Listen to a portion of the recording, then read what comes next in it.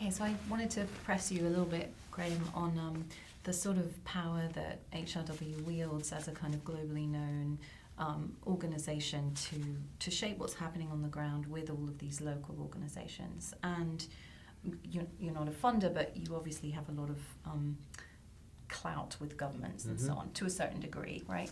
I thought maybe we could relate that question a little bit to your book, How to Be a Real Gay, where you talk about the sort of ideological battle on a very, very local level about self-naming and whether or not to use these kinds of Western identity terms.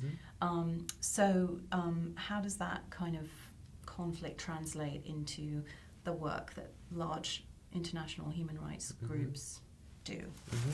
That's a very, very good question. I'm going to start with my book and my research, and in order to answer the question in that way. So you're absolutely right, is that what is happening in the examples I use in rural South Africa is I'm looking at the intersection between quite local ideas about gender and sexuality and a national discussion within South Africa in which LGBT rights have become part of a human rights discussion and included in the Constitution. So there's a different framing of LGBT rights than in the past.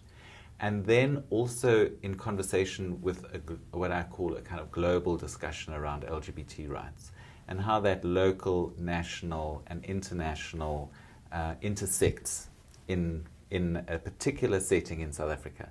And I focus on a series of workshops in which an activist who is more connected with metropolitan settings, who sees himself as more politically aware and informed than some of his peers, runs a series of workshops on how to be a real gay.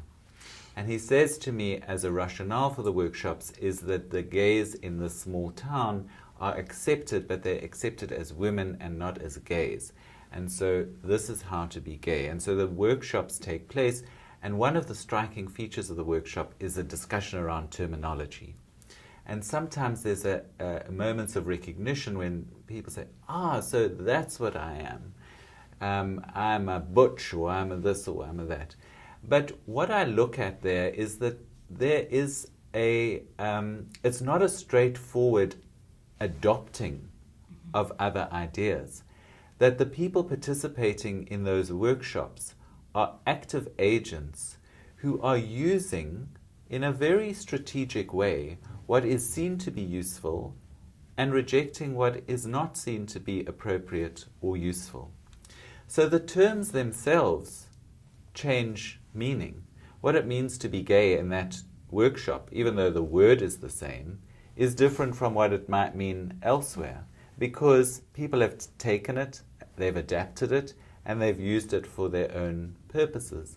And I also look at the way in which, when the activist says people are accepted as women and not as gays, there's a particular form of self-styling, which is a kind of hyper-feminine self-styling, often for people who work in a highly competitive informal hairstyling industry, and that puts them at a certain economic edge. They get a kind of a social acceptance and economic advantage from a particular form of self-representation. So I see that as the politics of style, and what that's in dialogue with is a new politics that's opened up by the possibilities of the Constitution and the rights that within that Constitution.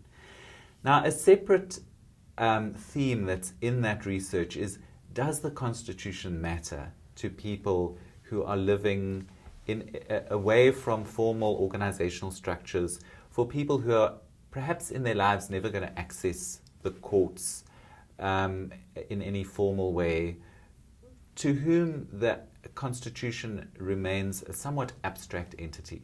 And I think the answer is emphatically yes, it does matter. It matters very much that there are new life possibilities that are made possible by the South African Constitution and by the law that were absolutely not possible beforehand. And some of that is just a sense of who you are in the world and what you can put up with and what you don't need to put up with. So a kind of sense of self-assertion because I'm recognized somewhere in that Constitution. So that says to me two important things. The one is it says the law is important, is that it makes a difference, and that it is helpful to intervene in order to push policy, to push law, to push countries to adhere to what they've already undertaken in terms of the international treaties that they have entered into. So an organization like Human Rights Watch is able to work on that level in pressing countries through the UN and through other regional mechanisms to adhere to what they've already agreed to in terms of their human rights commitments. So that's the one thing. The other thing is it's an uneven playing field, but people are not passive recipients of outside ideas. Is that they are invariably active agents who are also very aware and strategically engaged on how Human Rights Watch may or may not be useful to them. Now, the trick is to be open and receptive and listen to that and to understand where it's appropriate to be the big international loudmouth organization and where it's appropriate to be quiet, to be working behind the scenes, to be supportive, to be providing advice and guidance and stepping back and being out of the picture.